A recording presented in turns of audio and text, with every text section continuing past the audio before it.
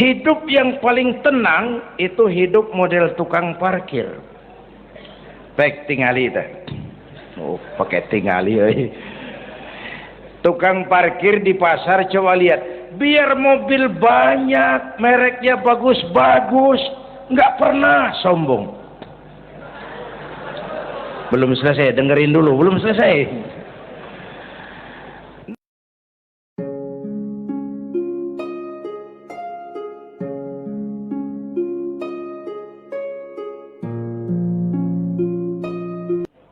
Assalamualaikum warahmatullahi wabarakatuh.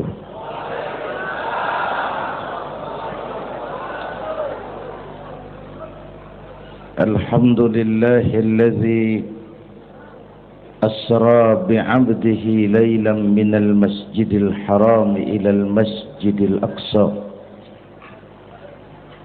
Wassalatu wassalamu ala Sayyidina Muhammadin wa ala alihi wa ashabihi ahli sidqi wa tuqa, amma ba'du. Para ulama, para habaib yang saya muliakan, wabil khusus Fadilatul Mukarram Sahibul Bait Kiai Haji Uji Turtusi, yang terhormat Bapak Wali Kota Tangerang, Bapak Haji Wahidin Halim, hadirin hadirat ma'asyiral muslimin yang saya cintai.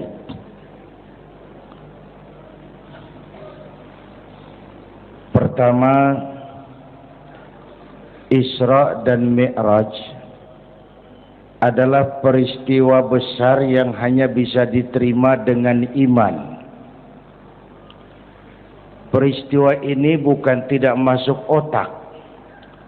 Otaknya kekecilan untuk memahami peristiwa sebesar Isra dan Mi'raj. Satu perjalanan yang sangat jauh ditempuh dalam waktu yang amat singkat. Menurut otak tidak mungkin. Menurut kebiasaan tidak bisa. Menurut pengetahuan impossible. Menurut iman, apa yang tidak bisa kalau Allah yang mau. Itulah sebabnya peristiwa yang dahsyat ini menurunkan perintah solat sebagai sandaran vertikal bahwa kita memang perlu Allah. Kita memang perlu Allah. Itu sebabnya tempo hari lewat TV saya katakan hidup yang paling tenang itu hidup model tukang parkir. Baik tingali dah. Oh, pakai tingali. Tukang parkir di pasar, coba lihat. Biar mobil banyak, mereknya bagus-bagus, nggak pernah sombong. Belum selesai, dengerin dulu, belum selesai. Nanti mobil pergi satu demi satu, habis sama sekali. Dia nggak sedih. Mobil banyak nggak sombong, mobil habis nggak sedih. Kunaon? Apa kunaon itu? Lah, sapoho daya. Kenapa bisa begitu? Ini nyengir tapi mikir, Pak. Ada muatan ini. Tukang parkir tidak merasa memiliki, tapi merasa dititipi. Siapapun yang merasa memiliki, mesti takut kehilangan. Tapi kalau merasa dititipi, jabatan, harta, anak, istri, itu semua sekadar titipan, hiduplah seperti tukang parkir. Pertama, titipan tidak boleh bikin kita jadi sombong. Dititipin kok sombong, nggak pantas dong. Pak Zainuddin titip mobil ya, silakan. Yang punya mobil pergi, saya petatang peteteng. Emangnya mobil kamu? Orang cuma nitip, dititipi kok sombong. Ada orang dititipi jabatan oleh Allah sombong. Ada enggak? Ada enggak? Ada. Namanya Fir'aun. Tuh pejabat-pejabat sombong anak buah Fir'aun semua.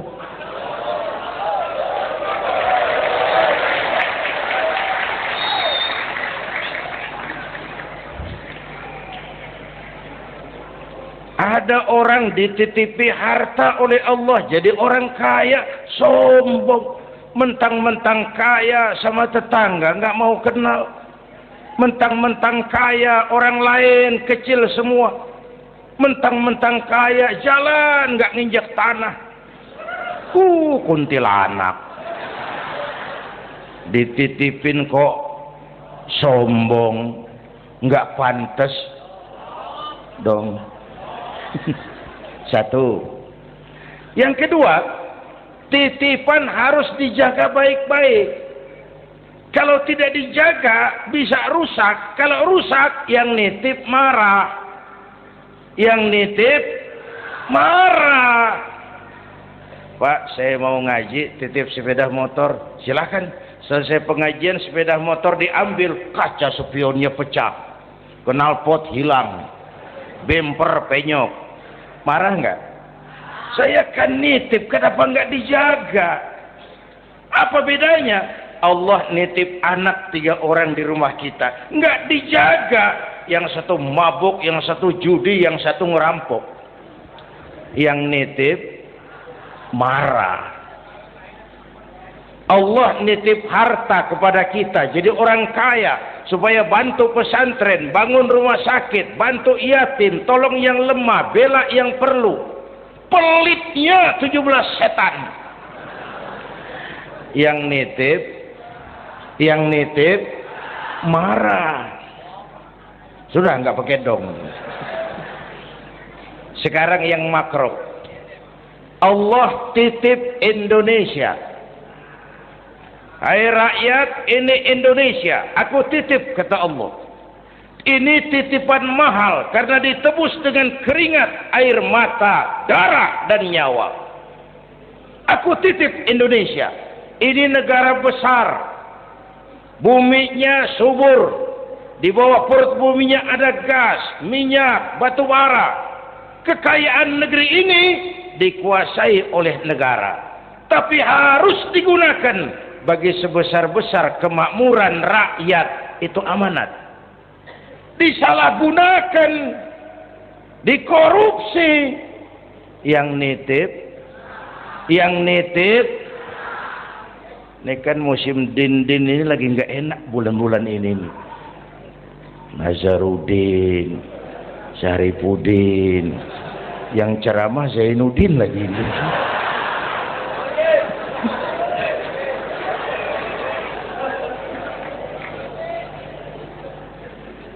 Yang nitip marah. Kalau yang nitip marah, dia suruh makhluknya yang lain negur kita. Makhluknya yang lain diperintah negur kita. Siapa? Merapi, batuk, Bromo muntah, Semeru demam, Anak Krakatau menggigil, angin puting beliung, banjir di mana-mana, gempa, longsor, hujan es, Kebayoran hujan es. Tetangga saya udah nyiapin sirup, mau hujan es. Innalillahi wa inna ilaihi rajiun. Angin teh makhluk, mang. Air makhluk, gunung makhluk, tidak mungkin makhluk bergerak sendiri. Eta teh Merapi teh demo, mang, demo. Kalau kita rakyat kecil demo, Satpol PP turun. Kalau Merapi demo, siapa yang mau ngademin? Mbah Marijan. Selesai. Mbah Marijan udah kumpul sama Mbah Surip. di alam barzah tuh udah rapat saya dengar.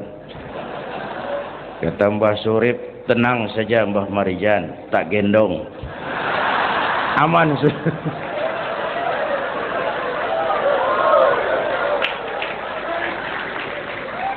Apa artinya ini?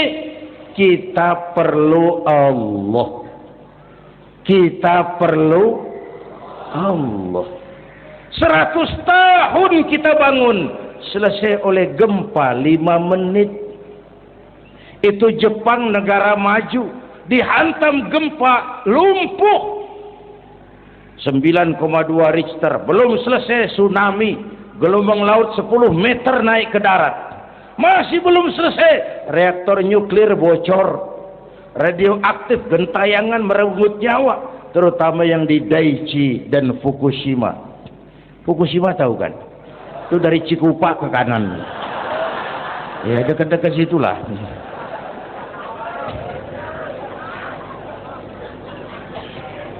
Kita perlu Allah. Paingan, apa paingan? Hah? Pantesan lah. Pantesan orang yang paling bersih hatinya Rasulullah. Orang yang paling baik akhlaknya Rasulullah. Orang yang sudah dapat jaminan ampun atas segala dosa Rasulullah. Tapi baginda Rasul kalau sholat malam bengkak kakinya karena rajin sujud. Saya perlu Allah. Dosa sudah diampuni, akhlak paling baik, hati bersih.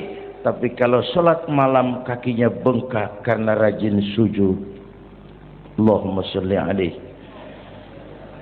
Saya tahu di pasar Kemis juga banyak yang kakinya bengkak.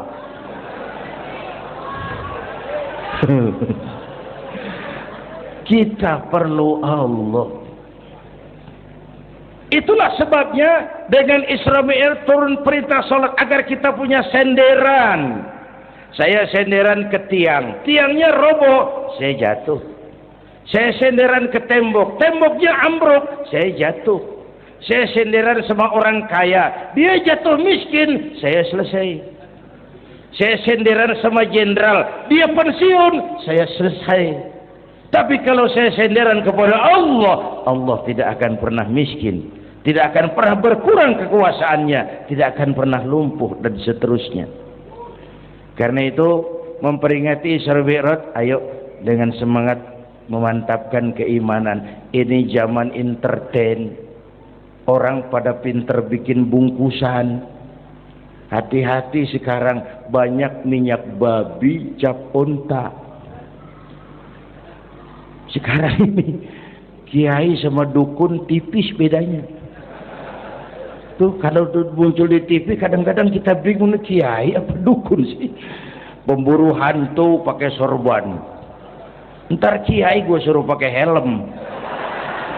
Atribut aja udah kacau sekarang. Ini zaman entertain, orang pandai bikin bungkusan. Maka kembali kepada ajaran agama, kita harus disiplin. Semua konsep agama muaranya disiplin. Syahadat, apa? Disiplin akidah. Saya bersaksi tidak Tuhan selain Allah. Kalau begitu, saya tidak akan menyembah kecuali hanya kepada Allah. Saya tidak akan menyekutukannya dengan sesuatu pun. Lalu, saya bersaksi Nabi Muhammad utusan Allah. Kemudian, Nabi terakhir. Lalu, tidak ada Nabi sesudah beliau. Harga mati, titik. Disiplin. Berapa kali kita sudah dibohongi Nabi pandemi palsu? Mulai dari Ahmad Musodik ya, pelatih badminton jadi nabi. Innalillahi wa inna ilaihi raji'un. Dapat wahyu di Bogor. Padahal di Bogor biasanya orang dapat talas itu. Dapat wahyu. Ditangkap polisi 4 tahun dihukum. Selesai dia Rancai Kek Bandung. Namanya Zayuti, tukang cukur. Ngaku dapat wahyu jadi nabi lagi, dan anehnya ada aja yang ikut. Selesai lalu pindah ke Jakarta, Lia Edan ngaku Jibril, ditangkap di polisi, dihukum 2 tahun, 3 bulan lalu sudah bebas. Ditangkap, paling hebat polisi kita itu. Bukan cuma teroris, Jibril. Di mana di dunia ada polisi nangkep Jibril kalau bukan?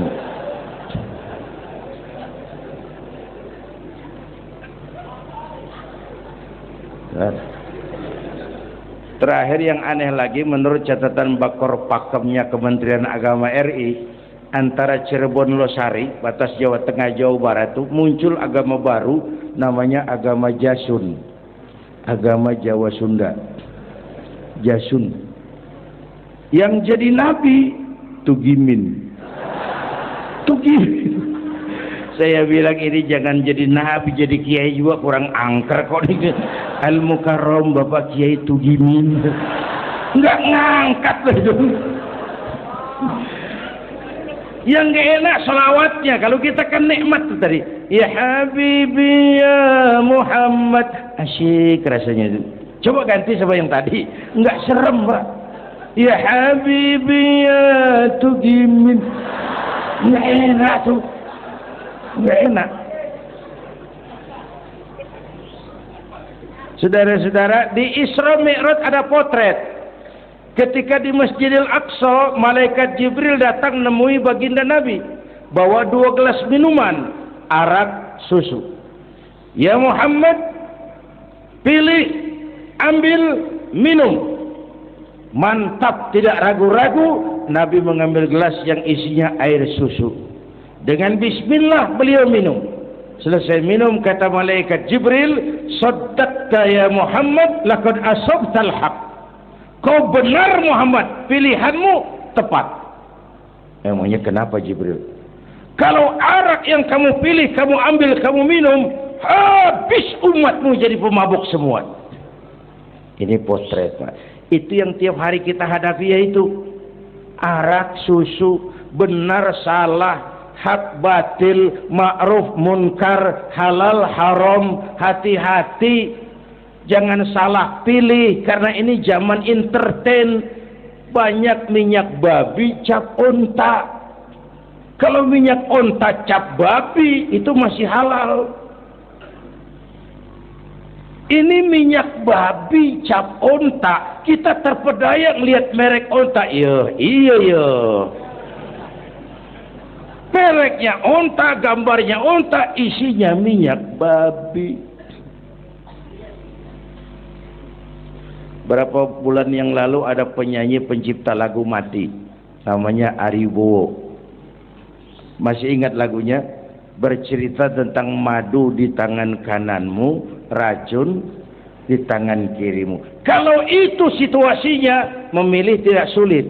Kenapa? Alamat jelas, madu di kanan, racun di kiri. Masa ambil yang di kiri? Goblok amat. Si amat saja tidak goblok. Sekarang ini alamat dibikin samar. Madu di mana, racun di mana tidak jelas.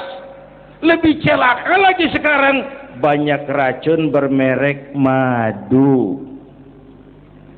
Banyak racun bermerek madu. Kita terpedaya, terpesona, terpukau, akhirnya salah pilih. Maka resepnya jangan jauh dari ulama, makmurkan majelis taklim. Ini zaman entertain, orang pandai bangun pencitraan. Tuh, satu hal pertama yang ingin saya sampaikan. Iya, saya lihat jam doang. Sampai pagi, Beb. Yang kedua, ketika perjalanan dimulai, ada suara dari sebelah kanan. Muhammad, berhenti sebentar. Jangankan berhenti, menoleh saja tidak. Kanan selamat dari kiri. Muhammad, berhenti sebentar. Menoleh pun tidak. Kanan kiri selamat dari arah depan. Ada perempuan tua, pakaiannya menyolok, lipstiknya tebal, nenek-nenek pakai blue jean. Muhammad, berhenti sebentar. Menoleh pun tidak. Sudah lewat, kata malaikat Jibril, untung kamu tidak menoleh Muhammad. Kenapa Jibril? Panggilan kananmu Yahudi. Kalau kamu menoleh, umatmu cenderung Yahudi. Panggilan kirimu Nasrani. kalau kamu menoleh umatmu gandrung kepada Nasrani. Itu perempuan tua dengan pakaian menyolok, itu dunia Muhammad. Dunia teh sudah tua, tapi karena dipoles, dibangun, dipoles, dibangun, dibangun, dipoles, orang nggak terasa kalau dunia sudah tua. Berebut harta, berebut warisan, sama juga berebut nenek-nenek. Makan habisin. Ini perjalanan, ini pun potret. Panggilan Yahudi, panggilan Nasrani, panggilan dunia, materialisme, hedonisme, berat sekarang ini. Berapa malam lalu saya masuk Serpong. Saya sedang lihat Serpong berubah jadi kota satelit. Bangunannya bagus-bagus. Saya telisik, sekolahnya Don Bosco, Santa Maria, Santa Ursula. Gerejanya, mbahnya gereja dibangun di pojok Serpong. Awas panggilan Nasrani. Saya masuk Bekasi, Sukmajaya. Sekolahnya Yayasan Penabur. Mulai dari TK sampai perguruan tinggi. Gerejanya besar. Awas panggilan Nasrani. Bahkan di Karawang mereka sudah bangun kuburan mahal. San Diego. Ada teman saya pengusaha bikin pesen kuburan 200 meteran, itu 5 miliar. Karena tanahnya berbukit, bergunung, indah, dan malaikatnya rada baik. 5 miliar.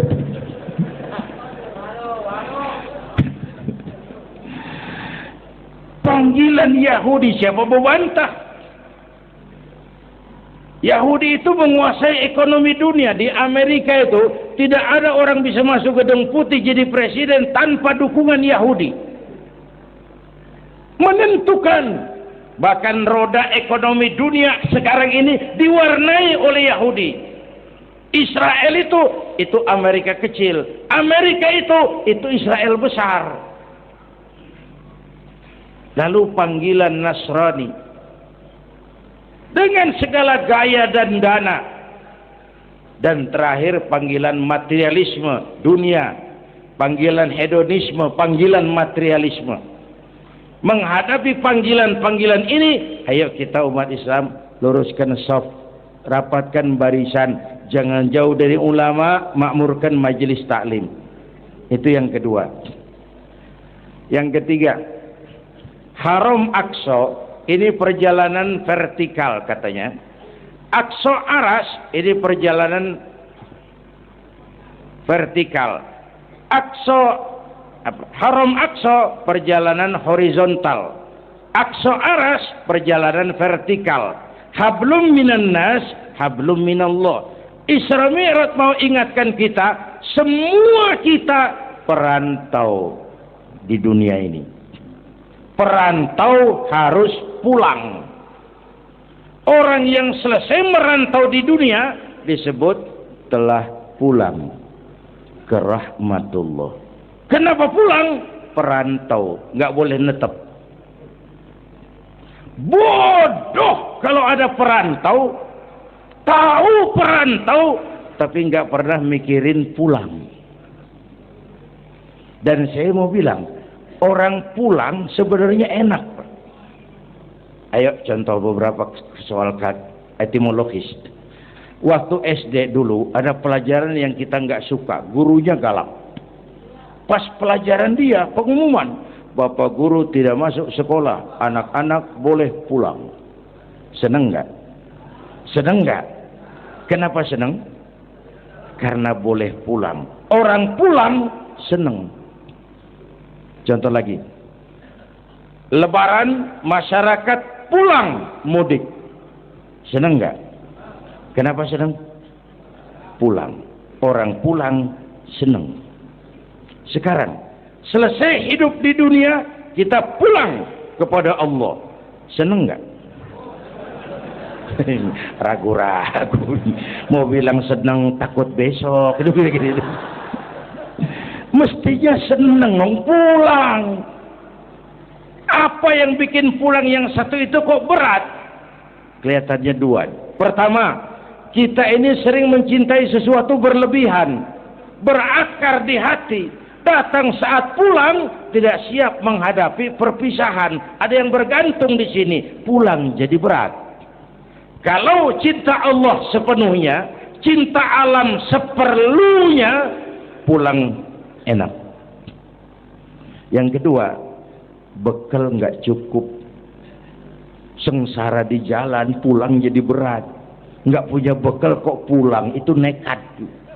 Belum sempet sholat modar, kok berani amat nggak punya bekal pulang.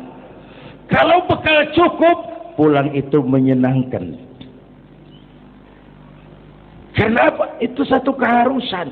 Iya, kalau umat-umat terdahulu umurnya relatif panjang. Kalau kita ini mencontoh baginda Rasul, beliau wafat umur 63. 63 itu standar. Kalau mencontoh Nabi, jatah kita 63. Kalau malam ini kita sudah 50 tahun, tinggal 13. Waspada. Kalau malam ini kita sudah 62 tahun 11 bulan, udah jangan pakai pantangan, apa aja makanlah Pak, sebulan lagi tuh. Sebulan lagi, syukur-syukur dapat bonus. Dan saya bilang mati itu tidak pakai abjad. Kalau pakai abjad bisa nunggu, mati bang ngacak. Kadang-kadang kakeknya segar bugar, cucunya pae.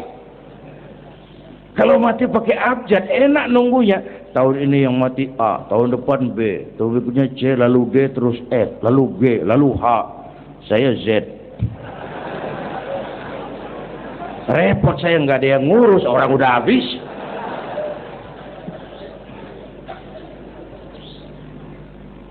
Bapak Ibu hadirin, malah aneh. Jam 6 pagi sopirnya mati. Jam 10 siang, 4 jam kemudian Mbah Suripnya yang mati. Sebelum mati dia pesan sama teman saya W.S. Rendra, Mas, saya kalau mati tolong dikubur di bengkel teater Depok. Monggo, dikubur sama Rendra. Belum seminggu Rendra yang ngikut, mati. 1 bulan sebelum Rendra, lebih dahsyat lagi, Michael Jackson mati. The King of Pop, Raja Pop dunia, mati. Apalagi penyanyi keroncong, lebih mati lagi. Ada hidup sesudah mati, ada akhirat sesudah dunia. Semua kita perantau, dan perantau harus pulang.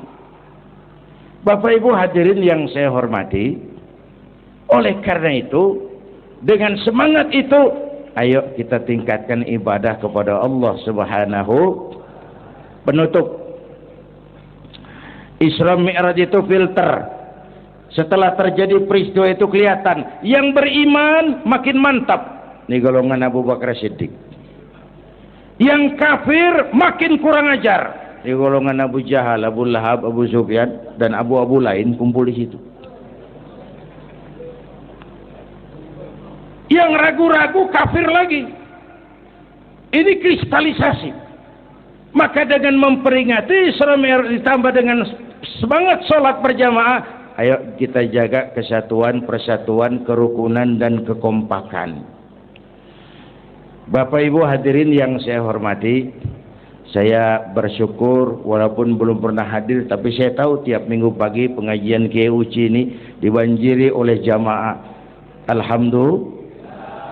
Kita doakan beliau diberikan kekuatan dan pengajian jalan terus sampai kira-kira kiamat, kurang seminggu.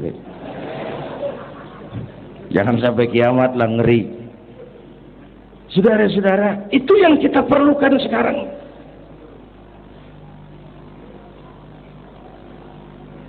Menjaga semangat kebersamaan seperti diajarkan di masjid ini. Coba baik tingali akhlak masjid.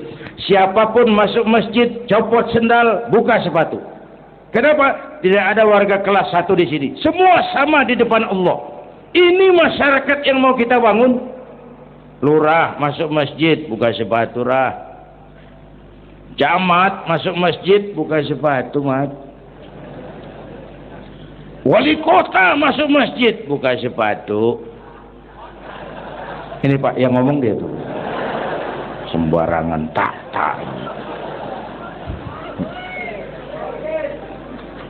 Gubernur masuk masjid buka sepatu Nur. Presiden masuk masjid buka sepatu Den.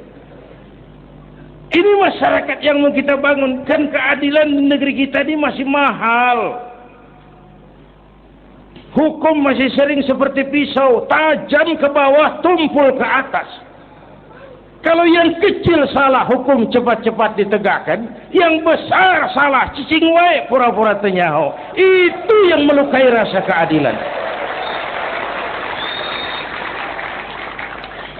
Bapak Ibu hadirin yang saya hormati, itu yang melukai rasa keadilan. Kalau mau lapor kehilangan ayam, itu harus jual kambing. Ingin menang berperkara, jual sapi. Ngurusin ayam hilang kok jual kambing, jual sapi. Itu harga keadilan yang harus kita bayar. Karena itu ke depan, belajar dari sejarah. Kita bukan cuma perlu pemimpin pinter, tapi juga benar. Malahan lebih baik benar enggak tapi pintar, ketimbang pintar tapi enggak benar. Capek dibohongi pemimpin yang cuma pintar tapi enggak benar. Disuruh ngurus beras, malah nimbun beras. Disuruh ngurus laut, jadi bajak laut. Disuruh ngurus hutan, rame-rame jadi orang hutan. Gitu. Kita rindu munculnya sosok-sosok macam Umar bin Abdul Aziz. Punten nih. Itu Umar bin Abdul Aziz waktu terpilih jadi khalifah, yang pertama diucapkan innalillahi wa inna ilaihi raji'un. Terpilih jadi presiden bukan alhamdulillah, innalillah. Pagi dilantik, malam pesta. Pesta apa? Dangdut? Enggak. Pesta air mata. Di mana? Di mihrab dalam masjid, sujud sambil berlinang air mata. Istrinya tanya, "Bang?" "Iya sayang." "Oh, udah dengerin aja, orang improvisasi." "Iya sayang, abang kan sekarang jadi khalifah." "Kenapa nangis, Pak?" "Itu Fatimah, itu sebabnya saya nangis karena saya dipilih aklamasi secara sebagai khalifah. Setelah jadi pemimpin yang terbayang oleh saya, yatim piatu yang merintih kelaparan, janda-janda tua yang perlu bantuan, rakyat saya yang belum bisa menemukan haknya secara wajar, saya takut saya zalim kepada mereka. Saya nangis mohon pertolongan Allah." Pagi dilantik, malam pesta, tahajud. Esok harinya karena pemimpin baru, banyaklah pejabat-pejabat gubernur cari muka. Namanya presiden baru, ada yang kirim emas, pakaian mahal, berlian, mutiara, dikumpulkan sama istrinya. Umar tanya, "Fatimah?" "Iya bang." "Banyak hadiah yang kau terima?" "Banyak bang, intan, berlian, mutiara, emas." "Kau senang?" "Saya senang bang." "Oke, kalau kau senang itu hadiah intan, berlian, mutiara, kumpulkan sebanyak-banyaknya dan besok kita cerai. Tapi kalau kau sayang saya, itu hadiah intan, berlian, mutiara, jual. Uangnya masukkan baitul mal untuk ngurus rakyat kita." Apa jawab istrinya? Istrinya pun istri beriman, gak mentang-mentang istri pejabat lalu ikut-ikutan borong proyek suaminya. Kata Fatimah, "Abang?" "Iya sayang." "Apalah artinya intan berlian tanpa engkau di sisiku bang?" Jual sajalah, jual untuk ngurus kepentingan rakyat. Yang nyata-nyata hadiah pribadi dijual ngurusi rakyat. Jangan yang sudah nyata-nyata milik rakyat masih disunatan.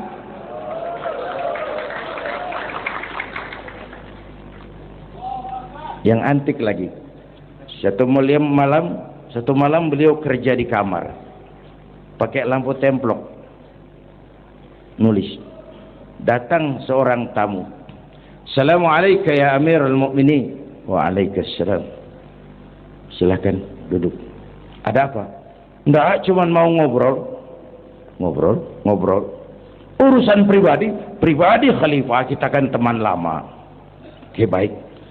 Beliau berdiri, lampunya dipadamkan, ditiup, mati, gelap kamar.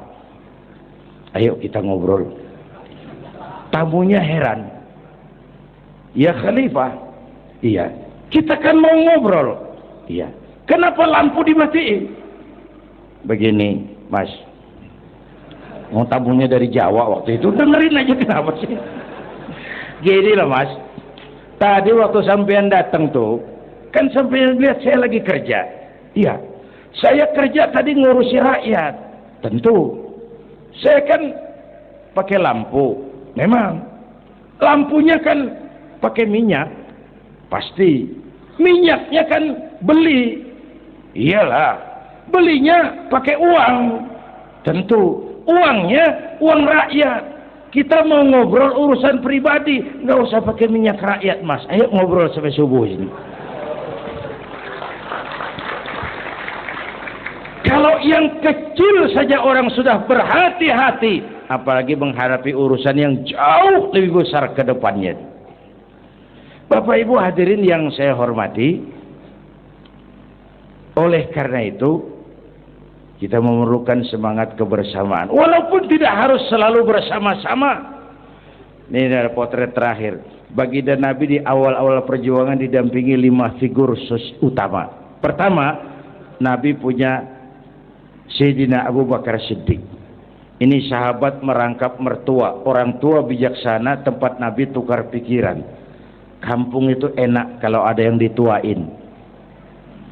Yang kedua, beliau punya Umar bin Khattab, Al-Futuhat Al-Islamiyah. Imam tapi jenderal, jenderal tapi imam. Gagah, berani untuk Islam. Selesai? Belum. Yang ketiga, Nabi punya Utsman bin Affan. Pengusaha tapi santri, penyandang dana. Umat akan maju kalau banyak punya Utsman. Yang keempat, Nabi punya Ali bin Abi Thalib, tokoh muda tapi intelek. Yang kelima, beliau punya Khadijah binti Khuwailid. 5 figur utama bahu-membahu membantu perjuangan Nabi. Begitulah kita berjuang. Mesti punya segala hal. Mesti punya senjata yang namanya golok, gergaji, pisau, silet. Harus punya. Kapan makainya? Lihat lawannya. Yang kamu hadapi apa? Kumis, Pak. Silet turun. Yang kamu hadapi apa? Akar kayu nangka, Pak. Kampak maju. Ini kita sering emosi nggak para rugu. Yang dihadapin kumis, kampak yang maju. Urusan nggak selesai, bibir bongkar, Pak. Anak-anak muda nggak cukup dibakar emosinya. Berani harus, nekat jangan. Berkorban siap, konyol nanti dulu. Mati syahid, ayo. Mati sangit, jangan. Berani sama nekat tipis loh bedanya. Berani harus, nekat jangan. Berkorban siap, konyol nanti dulu. Bapak Ibu hadirin yang saya hormati, dengan semangat kebersamaan, saya yakin kita bisa berbuat lebih banyak. Inilah barangkali sekelumit ikut tasyakur saya. Mudah-mudahan ada manfaatnya buat kita semua. Lebih kurang mohon maaf. Usikum wa iyaya bitaqwallah. Aqulu qawli hadza. Wassalamualaikum warahmatullahi wabarakatuh.